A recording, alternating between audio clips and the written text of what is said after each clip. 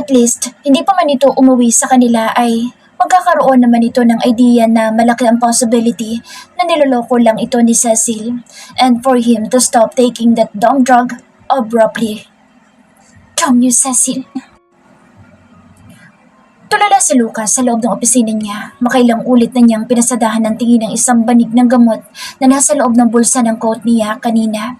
Pero kinuha niya at ngayon ay hawak na niya. His mind keeps on telling him that he shouldn't believe what Freya told him the other day. But there's something inside him that tells him to do so, because actually, hindi na siya uminom ng gamot simula kahapon kahit na hindi pa naman siya kumukonsulta sa doktor. And if he has to, dapat hindi malaman ni Feline ang gagawin niya. It's because he doesn't want to hurt her or he doesn't want to let her find out once he already knew if she was only subjecting him to get worse rather than get well. Hati pa rin ang isip niya. Nabubuhay ang galit na nararamdaman niya pero bakit kapag nasa harap na niya ang dating asawa niya ay hindi niya maramdaman iyon? He knew that Freya lied about their marriage dahil na magtanong siya sa PSA kahapon ay kasal pa rin silang dalawa at pag uwi naman niya ay siya ang inaway-away ni Feline dahil hindi raw siya nag-aasikaso. Galit din yun dahil bakit daw kailangan pa niya magtrabaho kaysa kunin lahat ng shares niya o kunin ang buong kumpanya mula kay Freya. Kabilin-bilin na noon huwag siyang maniwala sa kung sinong empleyado dahil daw hawak ni Freya mga tao roon sa leeg at baka daw diktahan na pagsinungalingan siya ng mga kasamahan niya kaya halos hindi siya makipag-usap. Ang tungkol naman sa PSA nakita lang niya iyon na lumabas sa laptop. Binasa niya ang laman at nakita niya na pwede roong mag-verify. Sumasakit ng ulo niya dahil pakiramdam niya ay paunti-unti na ring nawawala ang kakarampot na alaalang naiiwan sa kanya. Puro childhood and teenage days na nga lang. Kung bakit naman ngayon ay may mga pagkakataon na gumigising siya at tila ba nakakalimutan na rin niya pati ang mga iyon at hirap na hirap siyang kapain.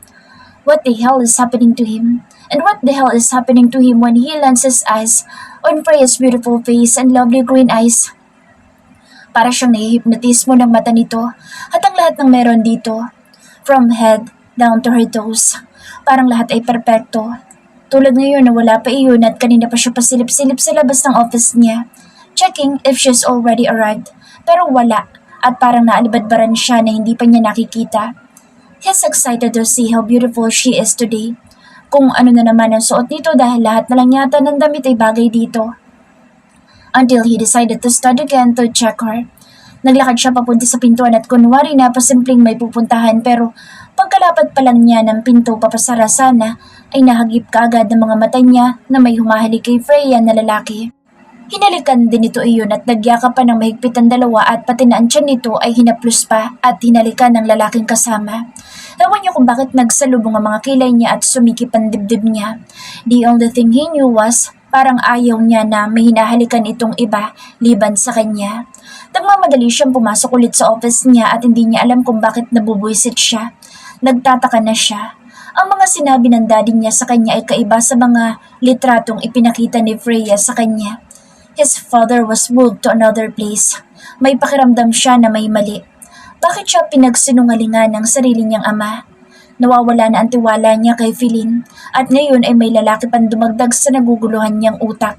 Iba ang lalaki na ito sa lalaki ipinakita sa kanya ni Celine na kahalikan ni Freya sa litrato. Kaya sinabi niya na hindi kanya ang batang nasa dambuhalang frame sa likuran ng office nito.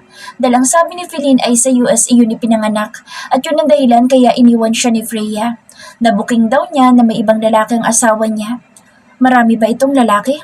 Kailangan niyang malaman kung nagsasabi din ito ng totoo sa kanya o niloloko lang siya. Drummett, parang lalo sumakit ang ulo niya. Nagngalit ang mga panga niya sa inis.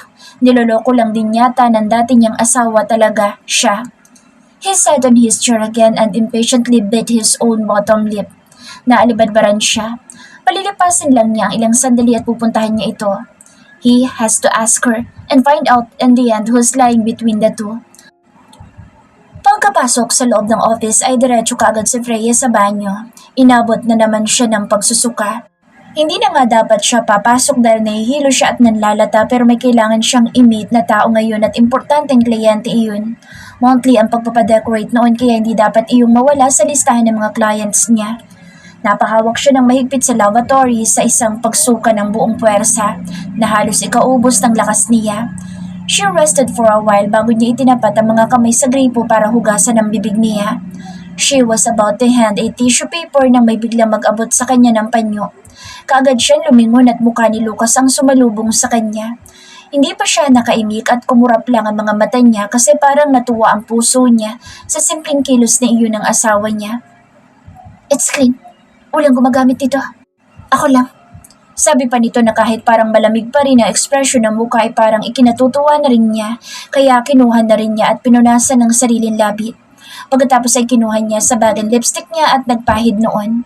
She saw him staring at her in the reflections but she shrugged it off. Is it okay to wear lipstick during pregnancy? Tanong nito sa kanya. Yeah, as long as it's lead-free and authentic. Just no to retinols and other harmful chemicals. Sabi naman niya. Tumango naman ito pero nakatingin pa rin sa kanya but this time ay sa paa na yata niya o binti. Why flat shoes? Tanong pa nito ulit. Ano ba? Fashion trend na yata ang asawa niya ngayon at bakit nagkaka-interes sa pananamit at paglalagay ng mga cosmetics sa mukha ng mga babae? Because I'm pregnant. To avoid sleeping and lower back pains. Sagot pa din niya at tumangutango naman ito sa kanya. Bakit? Hindi ba ito alam ng girlfriend mong buntis? Tila nag-iinsulto niyang tanong pero hindi sumagot si Lucas. Naitago lang nito ang mga labi habang nakatitig na naman sa mukha niya sa salamin. Parang iba ito ngayon. Parang medyo at ease at relax ito. Parang normal ito sa tingin niya at hindi nag-iisip ng malalim at parang bumabalik ang mga titig nito noon sa kanya na may halong obsession. Sunod kaya nito ang payo niya na huwag nang uminom ng gamot at magpatingin na sa ibang doktor? Finally, she was done retouching kaya pumihit na siya. Nakaramdam siya ng mumunting pagkahilo kaya wala sa hinagap na mapapahawak siya sa pader pero maagap si Lucas na inalalayan ng braso niya. Are you okay? Tanong nito na parang may bahid ng pag-aalala. Nagawa niya pa talagang ngumiti kahit na parang nahihilo siya. Yeah. Konti lang naman nahilo. Maalas din ito. I have to meet a client kaya pinilit kong pumasok. Can you please tell the company driver na magpapahatid ako sa restaurant in 10 minutes? Pakausap niya rito na ikinatango lang naman ito. Hinitaan pa niya ito ng tinalain niya. Saka siya marahang humakbang at binitawan na naman siya nito. Dumiretso siya sa mesa niya at inilapag ang bag habang si Lucas naman ay papalapit na sa pinto ng office niya para lumabas. Tumigil ito sa paghakbang at pumihit. Nahuli pa siya nitong nakatitig at habol tingin sa kabuuan nito. I can't drive for you. Alok nito. Kung hindi magagalit yung lalaking kasama mo. Dugtong pa ng asawa niya kasunod ay pagpiling ng ulo at paggagat ng labi habang nakataas ng konti ang mga kilay. Ang lambing-lambing na naman ito pero napakunot noo si Freya. Kasamang lalaki. Hindi niya napigil na huwag gumiti nang maalala ang tinutukoy nito. My fraternal twin brother. Anya at parang defensive pa nga ang pagkakasagot niya. Baka na lang kasi sabihin nito ay may lalaki siyang iba. Mahirap na. Saglit pa itong natilihan. That man who kissed you in your tummy? Usisa pa nito kaya natawa na talaga siya. Umira lang kalokohan ng pagiging Rosales niya kaya sa halip na damputin niyang magazine na puno ng mga bago niyang creative ideas para ipasok sa bag ay nilapitan niya si Lucas. She held on to his shoulders. Bakit mo alam? Tinitingnan mo ba ako? Titig na titig siya sa mga mata nito at ganoon din naman ito sa kanya hanggang sa mag-iwas ito ng paningin. Nakita ko lang. Anito pero bumalik din sa mukha niyang mga mata. Kinikilig siya. Walang hiya. Talagang wala itong alam. Kumpirmado na niya na nawala talagang memorya nito. Kahit si Felix ay hindi nito kilala. There's no one but you. Bulong niya rito. That time ay kinabig niyang batok nito para mahalikan at kusa naman na sumama. She stared at his lips and still so very kissable. Pero pahalik pa lang sana siya na magulat pa siya dahil siya mismo ang kusa nitong hinalikan at hinawakan pa siya sa bewang. Hindi siya gumalaw nang lumapat ang labi nito sa kanya at punti-unting gumalaw. She just let him kiss her and let herself taste his kiss until she felt his arms on her back. Nakayakap na ito sa kanya at ang bibig ay nagiging mapangahas na. Diyos ko, mabilis pa din siya. Ipinikit na lang niya ang mga mata at tinayaan ito pero tumugo na siya. She can't let this moment just pass by her. She's waiting for this moment to happen again. The man she had been searching for the past months, whom she thought already dead, was kissing her right now. Again. Her tears fell from her eyes that were still shut. Hinaplos niya ang buhok nito at parang may nakapa siyang kung anong pilat doon sa ilalim ng buhok ni Lucas. Ito ba ang barka na aksidente na iyon kaya nagkaroon ng memory loss ang asawa niya? Napilit na pinipigilan ni Cecil na bumalik pa.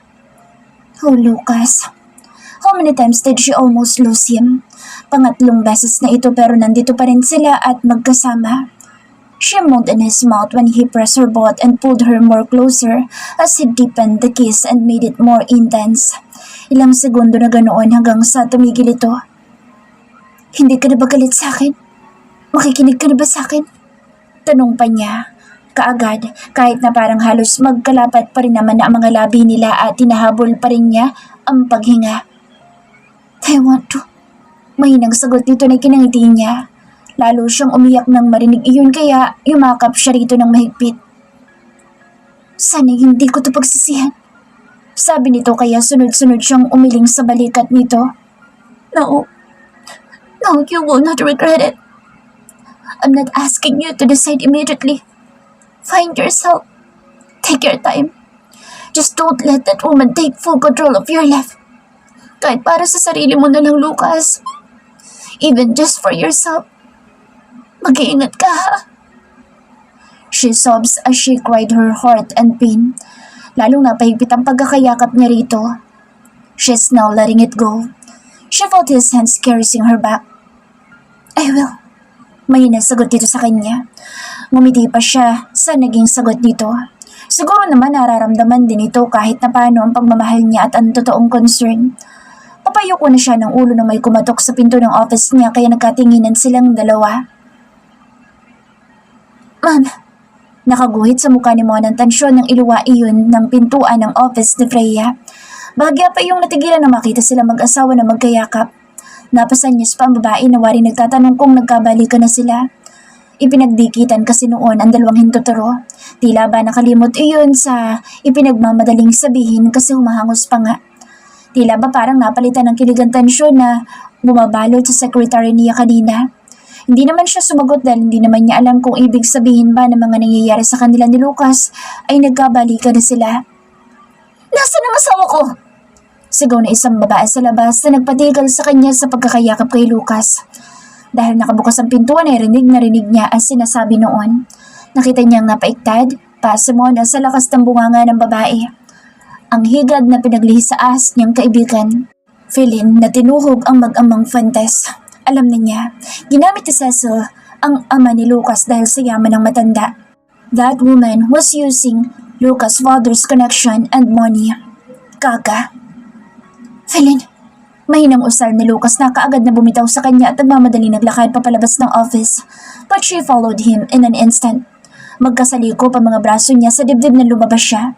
She's now in slow motion na tila ba sa paraan ng pagkakataas ng noo niya ay naipapakita niya ang kapangyarihan niya kahit na isa pa siyang babae.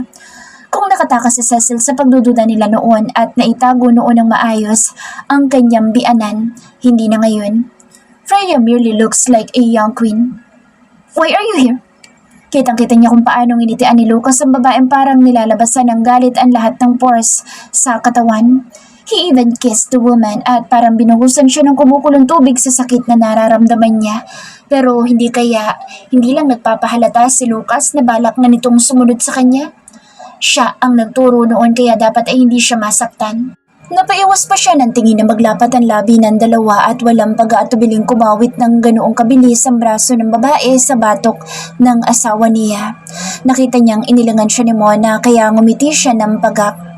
If this is the way how to make a movie scene, well, hindi nga siya bagay mag-artista. Masyadong masakit ang makita na nakikipaghalikan sa iba ang lalaking minamahal niya. Marahan siyang naglakad palapit sa dalawa pero hindi pa siya nakakailang hakbang ay tinapunan na siya ng makamatay na tingin ng babae. Now, she saw Cecil's face again. Pangit. Please go home. May trabaho ako. Malumanay na sabi ni Lucas sa babae na hawak pa iyon sa braso. No! May katigasan na saad noon sa asawa niya. I'm here to talk to that woman. Ani yun at ang mga matay nakatuon pa rin sa kanya. Tumingin Tumingin siya sa tiyan nito na halata na mas malaki yun kumpara sa tiyan niya. Baka malaki lang magbuntis kaya ganoon. I'm sorry, I don't accept mistress as my clients.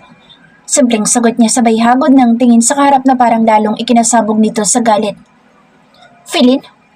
Cecil? Celine? Ilang balat mayroon ng ahas na tulad mo? Galing mo? Buong angkan ko naghahanap sa asawa ko, itinago mo lang pala sa saya mo. Hindi ko siya itinago.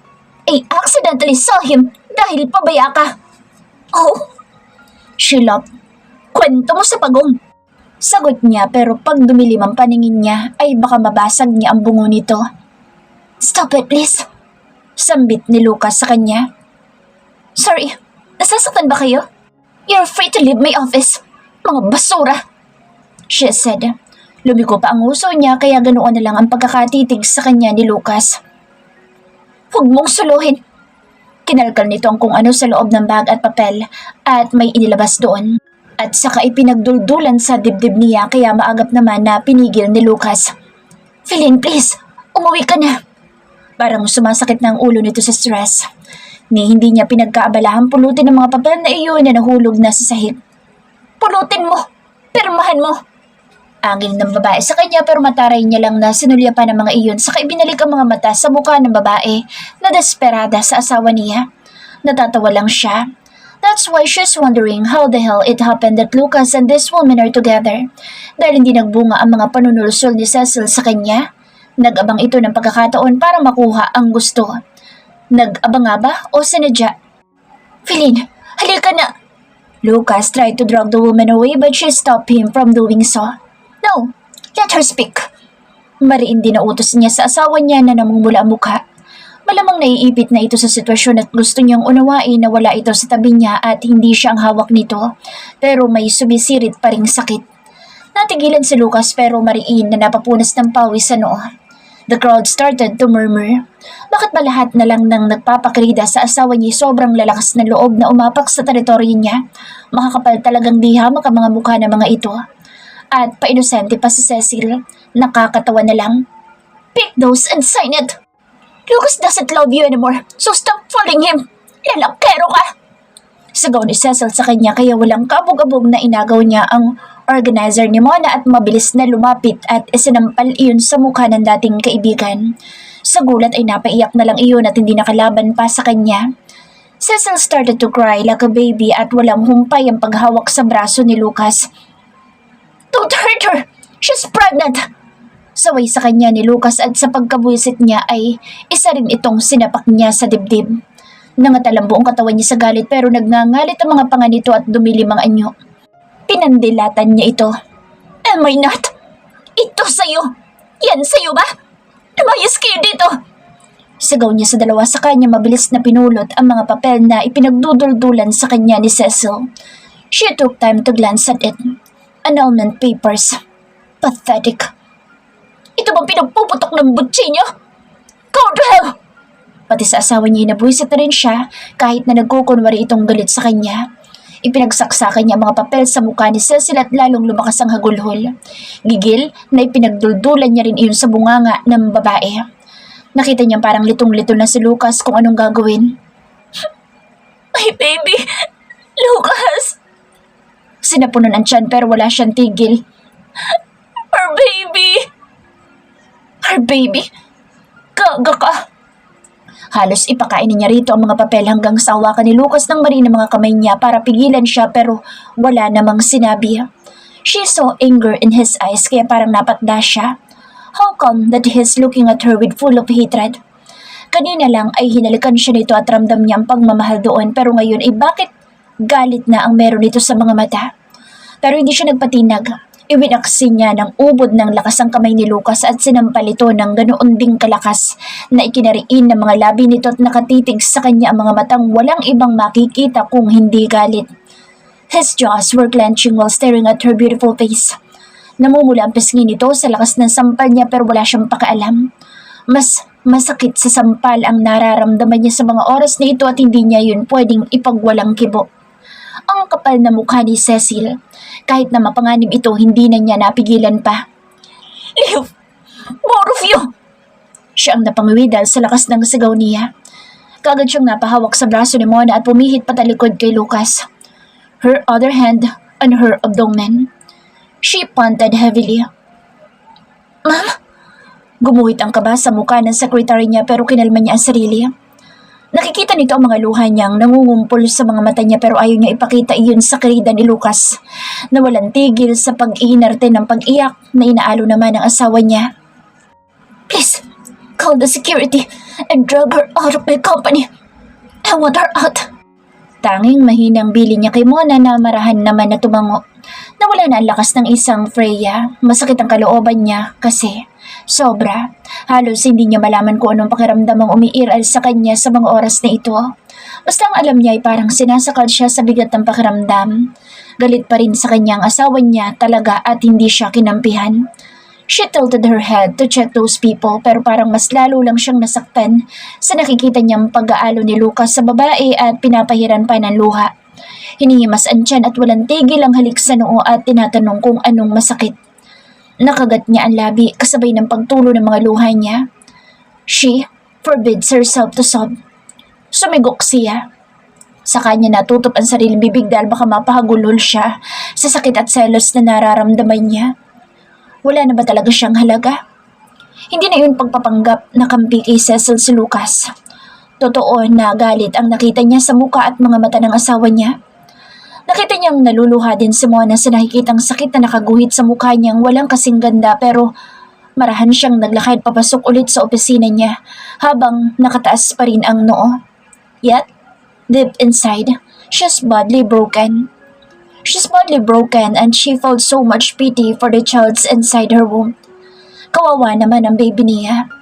Nahawakan niya sariling tiyan sa labis na pagkaawa niya sa mga anak niya na nagiging tagasalo na lahat ng bunga ng mga sakim na tao. Ang mga taong hindi nakokontento sa kung anong meron sila at pilit na kinukuha pa ang meron at pag-aari na ng iba. Tulad ni Lucas na nasa kanya pero inaagaw ng iba. Siguro panahon na para bitawan niya ang asawa niya. Tama na sigurang naimulat niya ito sa kung anong posibilidad ang ginagawang kagagahan ni Cecil dito.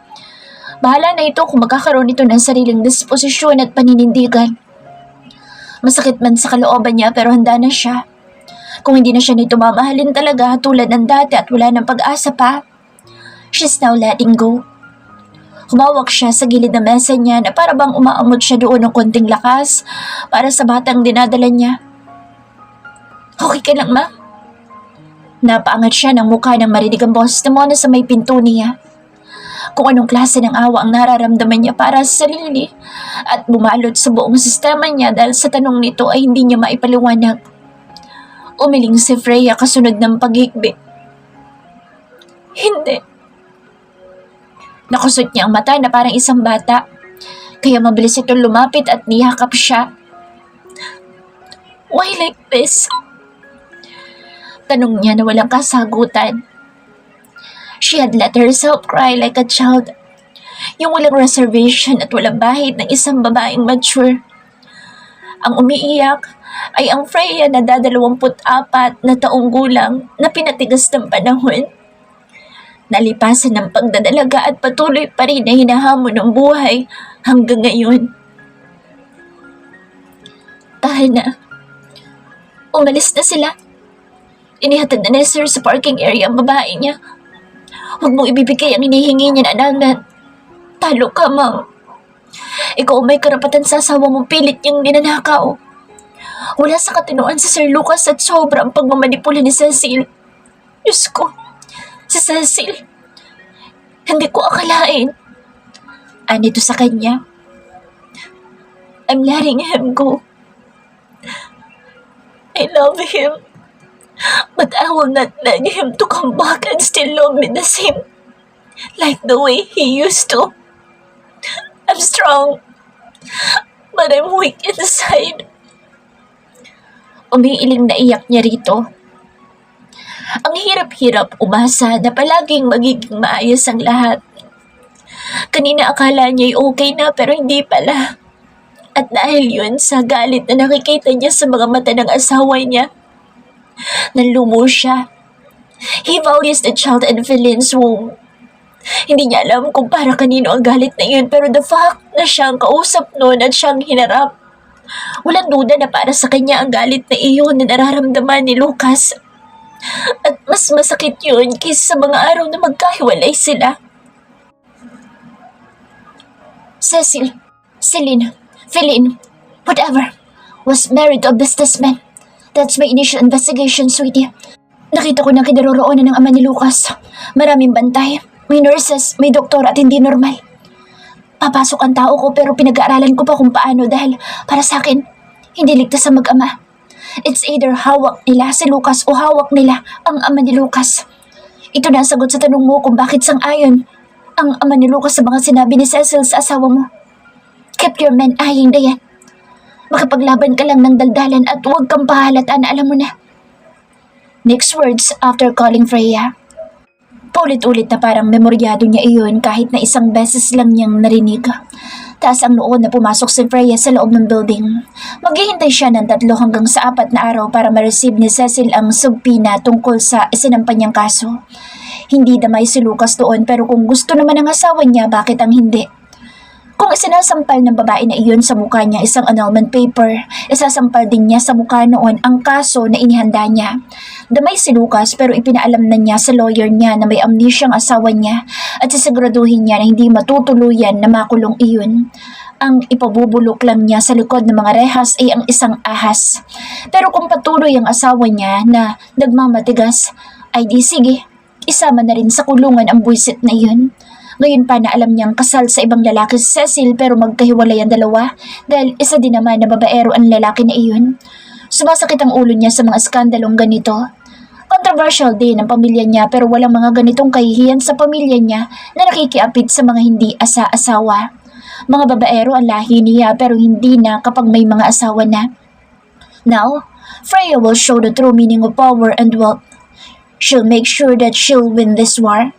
Lagpasan ang tingin niya kay Lucas nang masalubong niya ito sa hallway. Ni parang hindi niya ito kakilala pero ramdam niyang tiningnan siya nito. But she automatically stopped when her phone rang. She looked at it and smiled. Sinadya niyang ngumiti kahit wala namang kangiti-ngiti sa aparato niya. Umaartista na rin siguro siya. Hello, James? Anya sa kausap. Isa itong kliyente na may ipinapaasikasong bagong design sa loob ng office noon. Hi, Freya. I'm free today. Are you? I can fetch you para sana mabisita mo ang office ko. Pwede? Tanong nito sa kanya. Maganda naman ang pakiramdam niya kaya alam niyang kaya niya. Sure. But don't fetch me. Magpapahatid nila ako sa tauhan ko. Anya sa kausap bago niya kanselahin ang tawag. Kagad siyang pumihit para bumaba sa parking area pero mukha ni Lucas ang sumalubong sa kanya. Very peaceful ang mukha at kalmado itong nakatunghay sa mukha niya. May I drive you? Malambing na tanong nito kaya natutop niya ang noo nang wala sa panahon. Ang sakit sa ulo ng asawa niyang ito. Hindi naman yata ito nagka-amnesia. Baka kamo nasasiraan na ito ng ulo. Pero bago ito masiraan ng tuluyan ay baka mauna na siya. Bumantong hininga siya at tinignan ang mukha nito. What are you doing, Lucas? Clueless na tanong niya rito. She's really out of clue.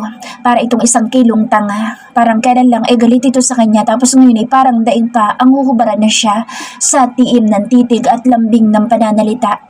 Ilang araw itong nawala at akala nga niya ay hindi na babalik pa. Pilit niyang nilabanan ang sakit ng kalooban niyang parang ayaw na siyang lubayan. Baka triplet nila ni Felix ang sama ng loob at sa kanya lang gustong dumikit. Mean what? His brows arch. Clueless din ito. She glared at him at ewan niya kung bakit natawa ito ng mahina dahil sa ginawa niya. Nilagpasan niya ito at naglakad ng ilang hakbang papunta sa elevator pero sumunod ang asawa niya sa kanya sa kaprenteng na mulsa pa. Nasaktan ba kita nung nakaraan? Tanong nito. She was shocked but chose to ignore it. Baliw na yata talaga ito. Sunod-sunod niya ang pindot ng elevator pero kinuha nito ang kamay niya. Pwede ba, Lucas? Don't stress me out. I'm feeling better now. Don't try to act as if you care because the truth, you care no more. You only care for that war, that snake, that... Ew! Tumaas pa ang isang sulok ng labi niya dahil sa inis. She wanted him to see how irritated she was. Hindi ito umimik at nakatanga sa kanya. Pumasok siya sa loob ng elevator at sa pagkadismaya niya pumasok din ito at hindi lang basta pumasok ang mister niya. He held her waist and kissed her intimately. The fox. Ano bang ginagawa ng asawa niya sa kanya? So ano yun? Kapag sawa na dun sa isa sa kanya naman? Nang pakawalan siya dito ay sinampal niya kaagad ito sa muka. Napapikit na lang si Lucas dahil sa ginawa niya. Ouch! Dalawa na. Angal nito pero mukhang hindi naman galit. Patingin-tingin ito sa kanya, sa pulang nito ang pisngi. Ikaw pala ang hinahalikan ko ngayon. Walang feeling. Huwag kang magalit. Parang nangingiti pa nitong sabi sa kanya. Feeling ka mo. Feeling asawa. Napakurap si Freya. Ano ba ito? Parang nung nakaraang araw lang kung makapagsalita ka sa akin. Nabasag ang boses niya sa inis.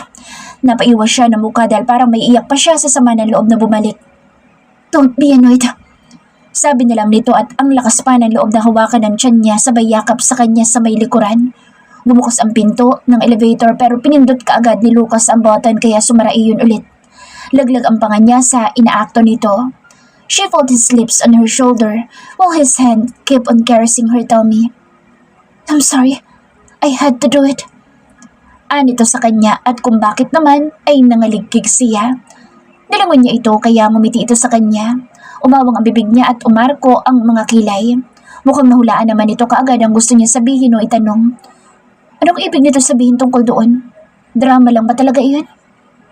I trust you now more than her. I don't know why but I just do. So please huwag kang masasaktan kung makikita mo kung ginagawa mga bagay na iyon sa kanya. I'm trying to find myself. Sweetheart. Anito pa. Sweetheart. Pati pala babe na tawag nito sa kanya ay nakalimutan din talaga. Please give me time. I admit marami na siyang ipinasok sa isip ko na hindi ko alam kung alin ang totoo. Na may pagsang-ayon din si daddy. Kung hindi ko nga lang nakita si daddy sa picture sa cellphone mo, baka iniisip ko rin na peke ang nakilala kong ama. Ang hirap. Anito at naiiling.